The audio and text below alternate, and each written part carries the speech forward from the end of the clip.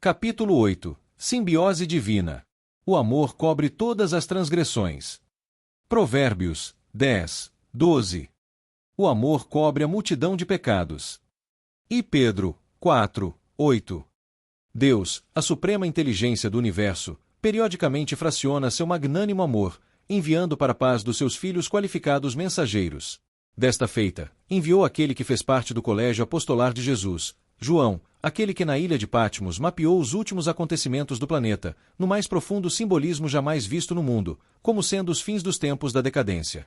O espírito João Evangelista, em alta madrugada, adentrou a nave de descanso dos Bernardoni. Sua futura mãe dormia serenamente, qual um anjo, viajando nos espaços infinitos. Ele desceu suavemente no clima sagrado do templo do sono, contemplou a rica senhora e beijou a sua fronte com respeito e carinho. O corpo da senhora Bernardoni estremeceu e, em um átimo de segundo, a elegante mulher apressou-se em tomar o corpo, no que logo foi impedida pelas circunstâncias. Jarla, a companheira inseparável da senhora, quis entrar no recinto, todavia, desnorteou-se, sem que encontrasse a mansão, e ficou perambulando por Assis, sem entender o porquê da sua perturbação. Maria Piccaline, ao avistar aquela esplêndida figura espiritual dentro do seu quarto, não teve dúvidas de que se tratava daquele com o qual havia sonhado muitas vezes. Tomou-lhe as mãos delicadas e fartas de luz, beijando-as com toda a amabilidade. Quis ajoelhar-se, porém João não consentiu, fazendo com que se levantasse a meia quebra dos joelhos. Segurou-lhe as mãos entre as suas, e assentaram-se os dois na forma oriental, por sobre um tapete persa que enfeitava o quarto. João falou com doçura. Minha irmã, que a paz de Jesus Cristo seja em teu coração, e te faça dentre as mulheres uma mãe, e que seja minha, por graça da vida. A minha gratidão nunca faltará, por esse teu gesto de amor. Agradeceria poder nascer por teu intermédio. Não sou anjo como pensas, nem santo, como divagas em pensamento. Sou, sim, teu irmão em Jesus, querendo acertar naquilo com que me compromete com os maiores da espiritualidade. Lágrimas brotavam nos grandes olhos da mulher escolhida e o ímpeto de falar era tanto, que quis, em brados, agradecer a Deus. Nisso, 2 dedos selaram seus rubros lábios, dizendo: espera um pouco e ouve a quem precisa te falar. Se aceitares a minha chegada pelos canais da vida, selarás um compromisso com alguém maior do que nós na terra, e talvez por isso sofras vexames, desprezo, maledicência, pois virás a ser instrumento de grandes acontecimentos. Todavia, se souberes, encontrarás consolo na força do perdão, na tolerância e no amor. Quando atormentada, procura o Cristo no silêncio da prece. Estimula a fé, e nunca te esqueças de que Deus não abandona ninguém, principalmente a quem serve de meio para a iluminação da humanidade. Procura lembrar do Sermão da Montanha, de Jesus Cristo, recorda as bem-aventuranças, e vive dentro destes preceitos, que serás livre de todo mal e consolada em todos os transes difíceis.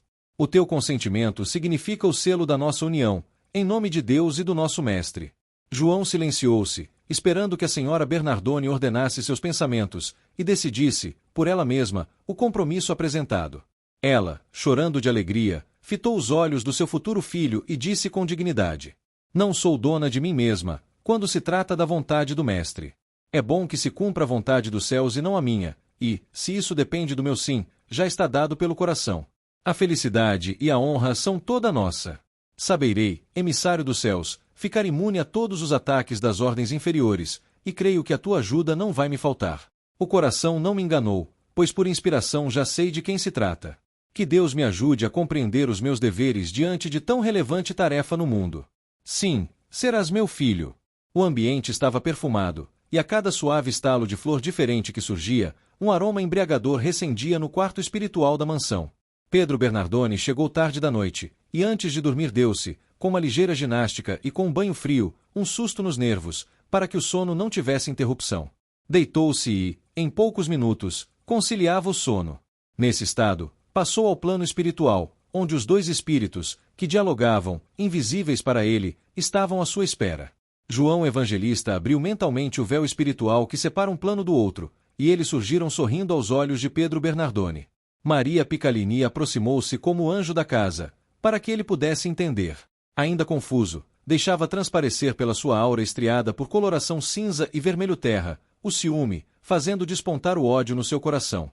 A muito custo e a contragosto, estendeu a mão, que João segurou com amabilidade, dizendo com alegria: meu Senhor, que Deus e Jesus Cristo façam do teu coração um tesouro do bem, que a riqueza espiritual do teu lar acompanhe a da terra. Eu tenho muito prazer em vê-lo junto à tua esposa, cujas qualidades nos enriquecem os argumentos, em se falando do nosso mestre. Não nos leves a mal por estarmos neste recinto sagrado às tuas aspirações, mas queremos falar-te ao coração, nesta noite que marcará o nosso destino na terra. Esperamos que sejas bastante compreensivo ante o que vamos apresentar. Pedro permaneceu mudo, sem que pudesse articular uma só palavra, pois nada estava entendendo do assunto de que falava aquele senhor mais ou menos vestido de suave luz. Sua esposa, entendendo a gravidade do momento, aproximou-se mais dele, enlaçou o braço em sua cintura um tanto volumosa, falando com gentileza. Querido, este venerando Senhor é um Deus de prosperidade, aguardando nossa decisão, para que possamos nos enriquecer para Deus, na luz de nosso Senhor Jesus Cristo. Bernardone mudou o semblante, caindo aos pés do apóstolo, beijando suas vestes, pedindo desculpas. E falou embaraçado. Não sei se é verdade, porém, penso que deve ser esse o anjo de quem me falaste. E olhando a jovem senhora, que aprovara com um gesto, levantou-se e disse: Que queres de nós, que porventura não estejamos dispostos a fazer? Dize, venerando Deus, que faremos o impossível. Nada há na terra que o dinheiro não compre, e a nossa bolsa está constantemente recheada. O teu pedido é uma ordem. Imponho, porém, uma ressalva. Se tratar-se de assunto de ordem moral ou doutrinária, teremos de consultar o vigário, que por certo não vai interpor-se, pois como ele, falas também em nome de Deus. O representante dos céus na terra precisa ser consultado. Tu bem o sabes mais do que eu.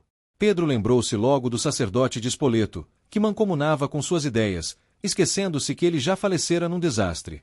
Nisto, o ambiente fê-lo silenciar. O apóstolo olhou serenamente para a senhora Bernardone, e esta, como por encanto, surgiu com seu evangelho entre os dedos, dádiva primorosa do seu padrinho. João imprimiu nele o olhar dotado de consciência, quando suas delicadas mãos o abriram, por força da necessidade, em Lucas, capítulo 6, versículos de 39 a 45. Propôs-lhes também uma parábola. Pode porventura um cego guiar outro cego? Não cairão ambos no barranco. O discípulo não está acima do seu mestre. Todo aquele, porém, que for bem instruído será como seu mestre. Porque vês o argueiro no olho do teu irmão, e não reparas a trave que está no teu próprio. Como poderás dizer a teu irmão: Deixa, irmão, que eu tire o argueiro do teu olho, não vendo tu mesmo a trave que está no teu? Hipócrita, tira primeiro a trave do teu olho e então verás claramente, para tirar o argueiro que está no olho do teu irmão. Não há árvore boa que dê mau fruto, nem tampouco árvore má que dê bom fruto. Porquanto cada árvore é conhecida pelo seu próprio fruto. Porque não se colhem figos de espinheiros, nem dos abrolhos se vindimam uvas. O homem bom, do bom tesouro do coração tira o bem, e o mau, do mau tesouro tira o mal. Porque a boca fala do que está cheio o coração. Terminada a leitura, Pedro, antes afogado pela depressão, começou a sentir-se bem. Para não lhe ferir a susceptibilidade, não se fizeram comentários do trecho lido. Contudo, ele ficou plantado na consciência do comerciante, para depois aparecer gradativamente no seu consciente, no estímulo de cada dia. Já alegre, perguntou ao discípulo do Cristo: Que queres de mim? Ao que João amavelmente respondeu: Que sejas meu pai. Desejo nascer neste lar, não obstante, sem a tua aquiescência, terei que procurar outro. Pedro, sensibilizado, olhou para a esposa, que não retinha o pranto, e por incrível que pareça, chorou também, falando emocionado. Se depende de mim, meu Deus, faça-se a tua vontade, que seremos os teus escravos. Pelo que vejo, a minha esposa já aceitou, e eu aceito igualmente. Desculpa-me pelo que pensei antes de ti, deves lembrar que sou homem, e como alma do mundo não consigo pureza, que só existe no céu. Perdoa-me, Senhor. Perdoa-me. João, por força da condição espiritual do rico comerciante, não falou ainda das dificuldades que poderiam surgir com o seu ingresso na família. Bernardone aconchegava sua linda esposa nos seus fortes braços, dizendo-lhe: Sinto-me feliz quando encontro segurança na nossa união e que a paz de todos os deuses a mantenha para sempre. Tu és minha. Eu sou a árvore, tu és a flor e os frutos virão de nós. E no afago do amor de Pedro Bernardone, João emitiu seu pensamento em busca de Jarla que, ainda confusa, procurava sua filha de leite e que, envolvida pela luz emitida por aquele pensamento, viu através dela a mansão dos Bernardone e, rapidamente, chegou ao recinto. Assustada, colocava em ordem seus pensamentos, e as boas maneiras fizeram com que ela emudecesse. Nisto, a dona da mansão desprendeu-se dos braços do marido, e buscou-a dizendo: Jarla! Jarla! Por que demoraste tanto? Sabe quem é este? Antes de responder, a serva pediu licença e beijou as mãos do emissário do amor dizendo: Sei. É o nosso anjo, que será o filho amado deste lar, ao qual pertenço por misericórdia divina. Mesmo na condição em que me encontro, se Deus permitir, quero ter participação na vinda desta alma de Assis, para a felicidade do nosso povo, para fazer florescer em cada alma a esperança de uma vida melhor. As duas mulheres derramavam copiosas lágrimas, nascidas da fonte mais profunda do ser, que a alegria pura fazia brotar. O vidente de Patmos, dando alguns passos no amplo salão, lembrava um sol de primeira grandeza, fazendo girar um turbilhão de estrelas menores, pela estupenda quantidade de fluidos interligados em sua magnânima personalidade. Cada fração fluídica brilhava como que provida de inteligência, e o colorido desnorteava qualquer raciocínio. João, naquela hora, sentiu amor mais profundo pela humanidade, e um prazer imenso pela abertura da sua tarefa na terra, por intermédio dos Bernardoni. Se quisesse, poderia nascer por imposição, todavia, queria entrar na argamassa da carne pelo amor que não impõe, que não oprime, que não desrespeita, que não invade. O próprio amor exalta a justiça, e se era um enviado das qualidades evangélicas, se era uma carta de Jesus à humanidade, no envelope do corpo físico, como proceder para entrar naquela casa? Bater suavemente na porta, pedindo licença para entrar, com humildade, fazendo-se o menor de todos, para exaltação dos valores imortais dos preceitos do Cristo. Parou um pouco seu lúcido argumento mental, olhou para Jarla, transfigurada de contentamento, e disse-lhe: Minha filha, preciso também da tua aquiescência, pois serás para todos nós uma peça valiosa no esquema do amor que não tem fronteira, do amor que cobre todas as transgressões, como afirma o provérbio, do amor que cobre a multidão de pecados, como exalta Pedro. A nossa missão, a ser iniciada nesta casa, terá como base este amor, que Cristo nos ensinou com o exemplo, através do qual vamos dar a nossa cota em favor da paz na terra. Jarla bebeu o néctar da palavra do discípulo do Messias, e este aguardou a resposta. Decidida, ela falou com entusiasmo: O meu sim, digno ancião, já foi dado pelos meus senhores. Sou serva, e o sou mais ainda da vontade de Deus, nosso Criador incriado. Para mim, será o maior prazer servir-te, ainda que seja apenas de companhia, nos primeiros dias de juventude. No mais, o que poderás tirar desta que nada tem para dar? Sim. Que meu peito possa ser o coxim, em que possas repousar a tua cabecinha divina, no que sentirei o maior prazer. Permita-me beijar teus pés, reconhecida que estou pela honraria concedida a quem ainda não se encontrou. Dobrou a cerviz com humildade, o que João não aceitou. Erguendo-a, tocou com os lábios a sua fronte, com profundo respeito e carinho, chancelando, assim, mais um compromisso de luz para espancar as trevas da terra. Pedro Bernardoni acordou assustado, meio confuso, sem que pudesse recordar na íntegra o sonho que tivera, e naquele embaraço chamou a sua mulher insistentemente. Ela, abrindo os olhos como se fossem dois faróis brilhando de contentamento, trouxe à sua retina a quase perfeita reprodução do ocorrido no plano espiritual. Acordou feliz, lembrando-se de quase todos os detalhes.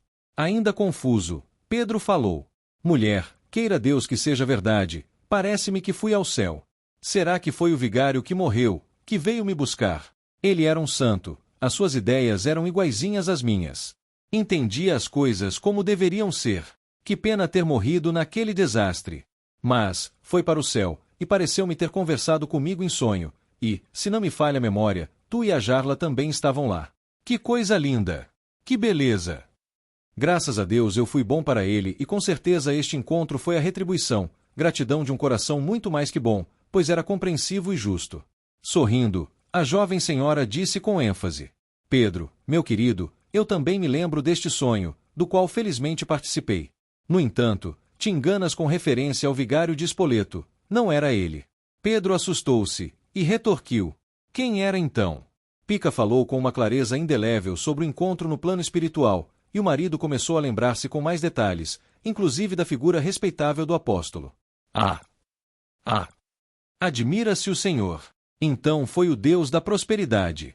É mesmo, foi o Deus da prosperidade que veio nos visitar, o que quer dizer que tudo para nós correrá às mil maravilhas. Graças! Graças!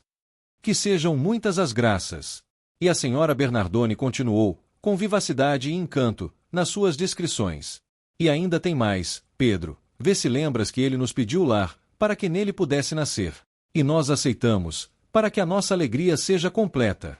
Pedro tomou a palavra, argumentando: Minha querida, como pode um Deus nascer no mundo, sem que as profecias antes o anunciem? Ela se apressou em responder: As profecias servem, meu querido, para remover as dúvidas de quem as tem. No caso deste anjo que já compartilha conosco esta casa, a sua missão também é outra. Não é a de revelar o desconhecido, e sim, a de reviver a maravilha de que o povo já certificou a eficácia, ensinar e viver o amor, a humildade, o perdão, a obediência. Com suas emoções já modificadas, Pedro deu um sorriso. Invadido por uma sensação de amor sublimado, envolveu nos braços sua linda senhora, não deixou que ela falasse mais nada, selando seus lábios, e fazendo com que seus olhos fechassem os dela, na mais elevada troca de valores entre os dois planos, divino e humano. O diretor espiritual de Assis, juntamente com o de Roma, e de mais outras caravanas, se postaram ao derredor da mansão, limpando o ambiente e policiando a região em que o figurante principal, João Evangelista, se preparava para ligar os primeiros laços na microvida dos Gâmetas. João, sozinho enquanto espírito, acionou com respeito sua poderosa mente, aproveitando as emoções físicas da sua futura mãe. Fez desprender um tipo de fluido que, pelo gênero, denotava o poder energético de higienização, que se transfundiu nas auras dos seus futuros progenitores. Escutaram-se pequenos estalos, como se algo invisível estivesse se queimando, mais acentuadamente no campo áurico de Pedro. Intuitivamente, João buscou algo nos ares com as mãos que esparziam luzes, acomodando entre os dedos uma massa inquieta, porém dócil ao seu comando mental. Fez com que o sistema nervoso da jovem senhora crescesse a seus olhos, pelo poder do pensamento, e introjetou aquela força vital no trajeto neuropsíquico, e essa energia singular rompeu as estruturas das células, sem obedecer às suas diversidades morfológicas. O prolongamento dos neuroníos também foram visitados com a mesma complacência daquela bênção ordenadora, rodopiando essa profusão de fluidos nos axônios, dando a eles mais essa responsabilidade, a da vida irrigação automática, em conexão com outros prolongamentos, para que os dendritos conseguissem plasmar nos núcleos o agente intromissor. Esperou um pouco, e viu toda a unidade celular enriquecer-se vivamente, pelo fenômeno do metabolismo. Com muito cuidado, procurou observar a irrigação sanguínea da senhora Bernardone. Seus olhos eram como poderoso microscópio, que cavam o cérebro, parando demoradamente no córtex, dando alguns toques neste centro espiritual da alma. Ampliava as glândulas pineal e pituitária, revestindo-as de um tipo de protoplasma que foge à nossa análise. Concentrava-se nas células motoras da medula. Estas se apresentavam como pratos vivos e disformes, conexas umas com milhões de outras, por filetes luminosos, que se espraiavam por todo o cérebro. Deu os últimos retoques nos centros de força e, aliviado, respirou profundamente, sem que o ato físico do casal passasse pela sua lúcida mente. Fazia-se necessário que o apóstolo tomasse cuidado com o sistema neuropsíquico espiritual de Maria Picalini. A mulher grávida passa a viver o mundo mental do reencarnante, e vice-versa. Todavia, o que for mais evoluído pode se defender dos pensamentos e emoções que não se coadunem com a sua formação já alcançada. Mesmo assim, quando se trata da mãe colocada em esfera bem inferior à do futuro filho, os grandes enlevos mentais a colocarão em depressão, danificando, com a alta corrente de energia oriunda do filho, a rede nervosa, constituída de filamentos quase invisíveis. Perturbar-se-iam as grandes células motoras da medula, sendo atingidas até as que chegam a medir 4 micras, no seu volume aparentemente invisível, por lhes faltar a cromatina com mais abundância na capital celular. Foram preparados com muito cuidado o córtex e as duas glândulas principais da cabeça da futura mãe, ocorrendo assim a adequação espiritual nos centros de força, por merecimento daquela mulher, que ia ser mãe de um grande astro espiritual, com liberdade de ação no campo da terra. Neste caso, o karma de Dona Maria não interviria, por tratar-se de um benefício em favor de toda a humanidade. João Evangelista fixou seu olhar na matriz feminina, viu o campo sagrado regurgitado de milhões de microgametas, que avançavam como numa batalha em busca do mesmo ideal. O centro de formação da vida física, com suas protuberâncias, movimentava-se na forma do automatismo orgânico, dificultando assim aos agentes da vida, que procuravam sobreviver em lutas individuais, na conquista de seu objetivo, como os próprios homens o fazem, instintivamente. Luzes circundavam cada um em particular, de acordo com a sua formação congênita, na unidade dos genes, com traços e pontos da hereditariedade. Mudava-se o que poderia ser mudado, pela alta posição da alma reencarnante, porém, muita coisa não é lícita mudar. A herança no campo biológico é um fato que, muitas vezes, atinge até o mundo emocional do espírito. Tudo isso obedece a uma grande área, na qual a relatividade domina. Este assunto ainda está por se completar, em se falando da Terra, porquanto, tanto a ciência quanto as cogitações filosóficas e religiosas são deficientes, nas suas abençoadas explicações. A luz azul celeste predominava como aura de cada espermatozoide, estando a diferença em algumas aberturas, de onde o núcleo atingia as estrias áuricas, permitindo ao mentor espiritual escolher, com a sua alta sensibilidade, parte do centro de sua vida física. E o óvulo feminino, desprendido pelas correntes emocionais, encontrava seu par na mais completa afinidade morfológica, e se ajustavam dentro dos moldes planejados pela lei e pela justiça, pela paz e pelo amor. Eis porque todo homem tem algo de feminino e toda mulher carrega consigo muita coisa de masculino. Tanto num como noutro afloram essas qualidades intrínsecas ao ser, por natureza congênita e pelo ambiente das circunstâncias. João ampliou o campo de disputa, de maneira exuberante. O espermatozoide tinha como campo de vida uma gelatina grossa, que dificultava a corrida dos bastonetes, cada um buscando ser o escolhido da princesa, que se encontrava à disposição do óvulo. Tocou-o e ele se motivou, ganhando a liderança. A sua luz ofuscou os outros que ainda não tinham perdido a esperança. Aproximou-se do óvulo que se encontrava inundado de luz vermelha, já esmaecendo, para ganhar-lhe a gema na formação do ovo, parecendo um sol a fundir-se com outro astro. Ao encontro dos dois agentes de vida física, deu-se uma pequena abertura do óvulo, pelas emoções conexas de forças que se completaram e se esconderam um no outro, por bênção da vida, por bênção de Deus. E foi nesta hora suprema que se unificaram todos os valores dos genes da vida física, partindo 7 tenuíssimos fios da alma iluminada de João Evangelista, atando-se em pontos quase invisíveis, mesmo aos grandes olhos espirituais, atingindo a unidade nuclear que podemos chamar de Pai, Filho e Espírito Santo, 3 forças que se dividem na formação de uma que se eterniza, para o esplendor da consciência. O discípulo de Jesus já estava ligado ao seu futuro corpo, em nome de aquele que é o caminho, a verdade e a vida. Asterisco, asterisco, asterisco. A linda jovem Picalini acordou quando o sol já se mostrava alto. Olhou para o lado, acostumada a cumprimentar seu esposo, mas este já tinha se levantado, e se encontrava na luta diária de seu comércio, animado e estourando de alegria, porque encontrara o Deus da prosperidade, sendo essas as bênçãos que lhe faltavam, para que seu ouro bulisse com a inveja dos nobres. Cantarolando, ia aqui e ali, mas a sua mente não perdia a sequência dos detalhes do sonho, seu e da sua encantadora mulher. Jarla bateu à porta. Minha filha. Posso? E uma voz grave, que parecia interligada em outras esferas, respondeu. Entra, Jarla. Bem-vinda sejas. Temos muito que falar. A serviçal, humilde e prestativa, interrogou. Que aconteceu? Até a essas horas no leito. Não é esse o costume do meu coração, dormir demais.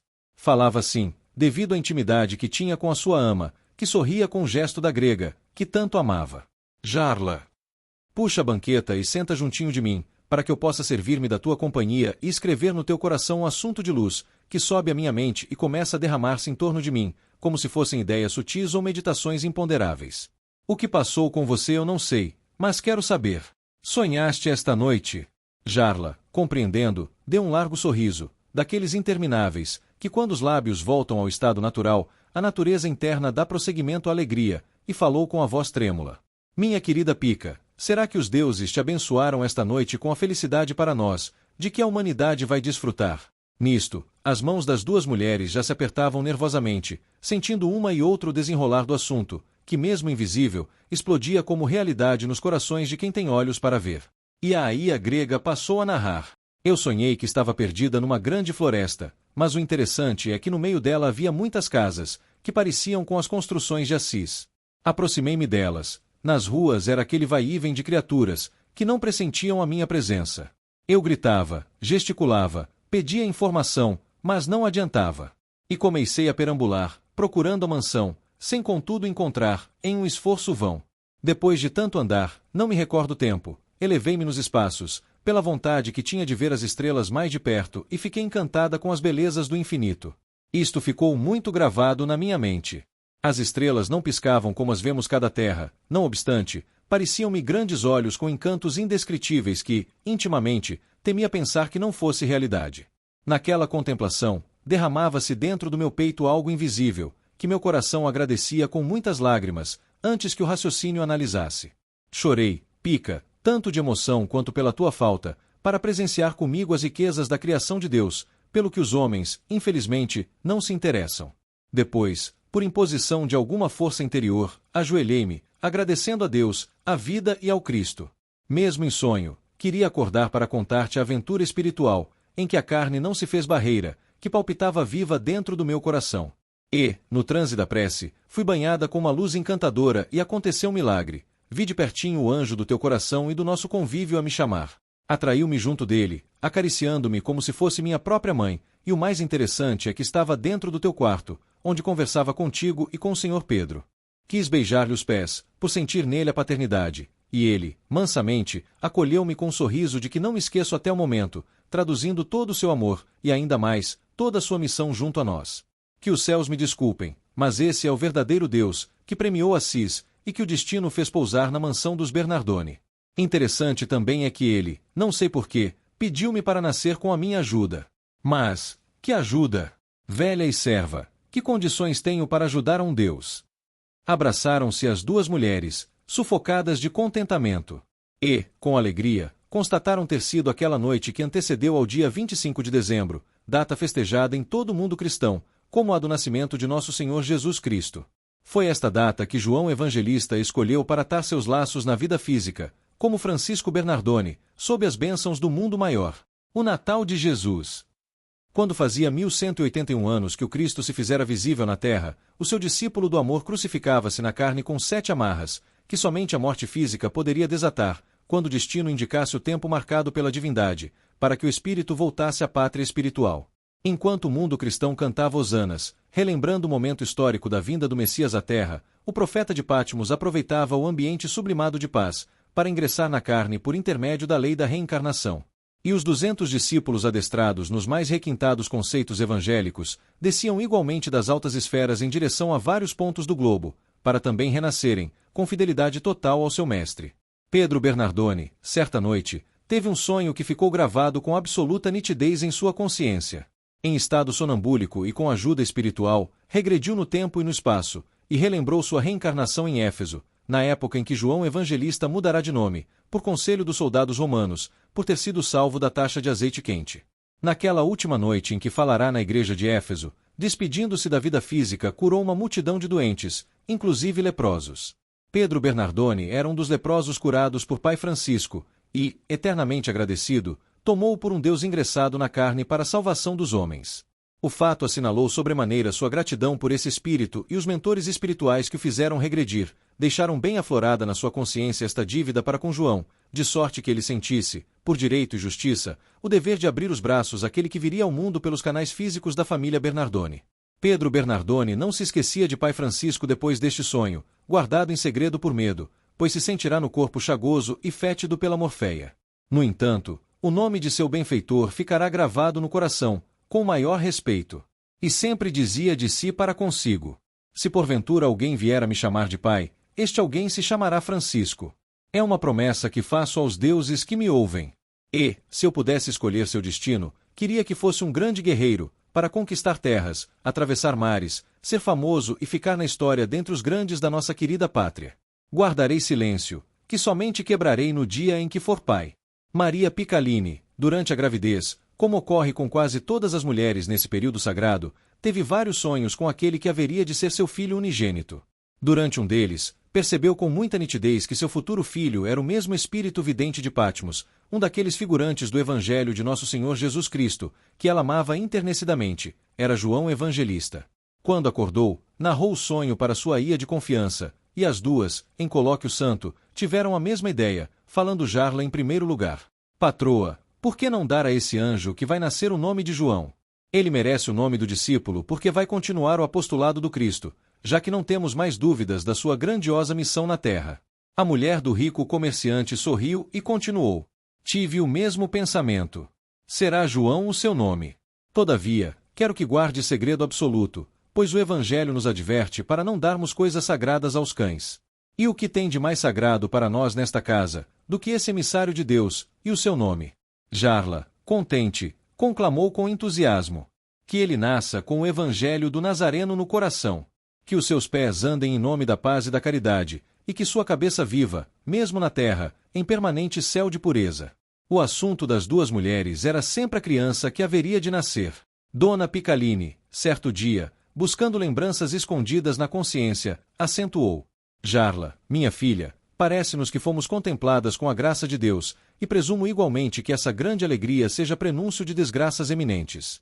É necessário fortalecermos os corações e eu preciso muito de ti, pois tenho pressentimentos de testemunhos que não me cabem no coração e que a razão não suporta sem fé. A inspiração me fala que essa fé, sem a ajuda de um coração como o teu, formado em duras experiências e vivido em fecundas lutas, pode fraquejar em momentos de desespero. Tu já conseguiste muito crédito e a esperança, em ti, é fruto mais aflorado na árvore do teu ser. Talvez a ajuda que ele te pediu na memorável noite da decisão do seu nascimento fosse essa. Aliás, não tenho mais dúvidas sobre isso. Somente tu poderás ajudar-me no que preciso, carregar a minha cruz, quando esta pesar demais, ou, como fez o sireneu com Jesus, ajudar-me a carregá-la. Peço-te, em nome do teu amor para com os céus, que não me abandones, pois que já presinto fortes tempestades das trevas contra este, diz colocando as mãos no ventre, que é filho da luz. A serva grega aproximou-se mais da senhora. Ajoelhou-se, pegou as suas mãos e as beijou ternamente, molhando-as de lágrimas, dizendo com a voz vibrante de alegria, de fé e de esperança: confia em Deus, que fez o dia e a noite, o sol e a luz, as estrelas e o infinito. Confia, Senhora, na inteligência suprema que criou a harmonia das coisas, que deu penas aos pássaros e o mundo das águas aos peixes, que faz crescer as ervas para alimento dos animais e que nos deu por misericórdia o ar, que, sobremodo, é vida para toda a sua criação. Confia, Senhora, em aquele que é o Senhor de todas as coisas, que ampara a criança e o velho, o santo e o sábio, os mendigos, os doentes, e até os assassinos e os ladrões. A sua justiça magnânima nunca faltará dentro da grande casa universal. Dizia um grande filósofo grego: conhece-te a ti mesmo. E Platão, nas ruas de Atenas, junto a um lago onde o mestre Sócrates confirmou que ele era seu verdadeiro discípulo, quando viu um cisne nadando, lembrou-se de um sonho e completou a máxima do seu preceptor, dizendo para 60 jovens, seus alunos: quem conhece a si mesmo não tem medo, não alimenta raiva, não perde tempo em revides aos ofensores, não costuma mentir, não faz coleções de preocupações passageiras, não acaricia o ódio, não se enerva por simples notícias e não fala mal da vida alheia. Para tudo e todos tem o mesmo estar, tem o mesmo amor. Que queres mais, minha querida, em teu favor? A lei divina favorece muito mais os justos e os bons. Além do mais, esse que vai ser teu filho é um sol, e por onde passar não haverá sombras. Em plantio como esse que ele tomou para efetuar no mundo, o sofrimento que dele decorre torna-se bênção dos céus. Queira Deus que eu, em qualquer circunstância, possa dar a vida para que ele cresça cada vez mais, para a paz da humanidade. Dá graças aos céus por teres sido escolhida dentre as mulheres de Assis, se não do mundo, para ser a mãe, por excelência, de um discípulo do Cristo, que por certo virá visitá-lo de vez em quando nos teus braços, e abençoar-te-á todo ser, porque aceitaste a tarefa sem murmurar. Sou tua serva e o serei também dele, eternidade afora, sentindo maior prazer em servi-lo. Aquilo que eu puder, darei com amor. Pica conhecia os dotes de Jarla no tocante à fé e, por vezes, sabedoria, mas não pensava que eram tantos quanto demonstrou naquela conversação. Pensou um pouco e pediu a Aia com brandura: Jarla, de hoje em diante não sou mais tua senhora. Sou, sim, a tua companheira. Sou também, e nisso tenho maior prazer, a tua filha de leite e tu, minha mãe do coração, pois, além do alimento sagrado que verteu dos teus seios fecundos para alimentar o meu corpo, dá-me, depois que cresci, o leite do amor que verte da tua alma iluminada para minha, necessitada e faminta do pão da vida. Aquele pão que foi enviado do céu e estará conosco para a eternidade, alimentando a quem o encontrar como tu, que descobriste o maior suprimento de todos os tempos, que é o amor, a fé e a confiança em alguém que tudo pode, que tudo faz e que tudo governa. De hoje em diante, da minha parte considera-te livre, pois que te devo o que nunca poderei pagar. De olhos úmidos, uma e outra compreenderam a necessidade de se fazerem companheiras, e que, no centro de tudo, haveria de nascer o amor mais puro que os corações podiam sentir. As duas mulheres estavam conscientes da sublime missão do anjo que iria tomar forma física na família Bernardone. João tinha já selado o compromisso com a carne, passando a viver mais perto de sua futura mãe. Sentia as emoções de Maria Piccolini, como se estivesse lendo em uma página escrita por ela, as suas próprias ideias, por intermédio daqueles fios tenuíssimos que os ligavam. Ele, no início formativo do seu futuro corpo, e a mãe, que por leis invisíveis que escapam à natureza humana, também estava vivendo parte da sua vida, envolvida nos pensamentos e ideias do apóstolo, prestes a reingressar na argamassa da carne. Contudo, o quilate espiritual de João dava-lhe enorme campo de liberdade, dadas as suas condições espirituais de isolar determinadas formas mentais da mulher que seria a sua genitora. Aproveitando o período de gestação de seu aparelho fisiológico, o vidente de Patmos, juntamente com o diretor espiritual da cidade, idealizava trabalhos a serem desenvolvidos em Assis e nas regiões adjacentes. João orientaria um grupo de trabalhadores, para que pudessem operar com eficiência no território italiano, para esclarecimento de entidades ignorantes, de espíritos endurecidos que comandavam as sombras e estimulavam o desespero na massa humana. O espírito responsável por Assis sabia da existência de uma falange das trevas, situada nas margens do mar Adriático, e que tinha em suas listas negras várias cidades litorâneas, sendo Veneza um posto avançado das suas perturbações. No entanto, não tinha meios para combatê-los de imediato. Sabia que para combater certos tipos de inimigos eram indispensáveis armas à altura, ciência suficiente e, acima de tudo, amor em alta dose. Esperava a oportunidade que poderia surgir algum dia, e eis que ela surgiu. Encontrara o apóstolo de Éfeso, dotado de amor no coração, na quantidade capaz de transpor todas as dificuldades, de remover todas as transgressões, de estimular o perdão e fazer reviver o Cristo no mais endurecido coração. O amor de João, concentrado na alma, transformava o mal no verdadeiro bem. Ele traçou o esquema, reuniu cerca de 300 de companheiros, preparou-os com carinho, aplicando-lhes um curso intensivo. Fez com que os irmãos conhecessem o meio em que iriam trabalhar, a responsabilidade de empreender trabalhos de esticada iniciação, nos valores internos de cada um. Experimentou várias vezes os dotes que eles possuíam, visitou certas regiões com cada grupo em particular, dando-lhes a liberdade de trabalhar sem a sua intervenção. Quando se certificou da eficácia da ação da Unidos para o Bem, nome que deu à equipe de companheiros sob seu comando, dividiu-os em grupos que, alternados, difundiam o amor e a paz em vasta região da Itália, desfazendo as forças das trevas que perturbavam as criaturas. E, dentre as sombras que iriam combater, havia o mutirão do verdugo Ernesto. Fim do capítulo 8.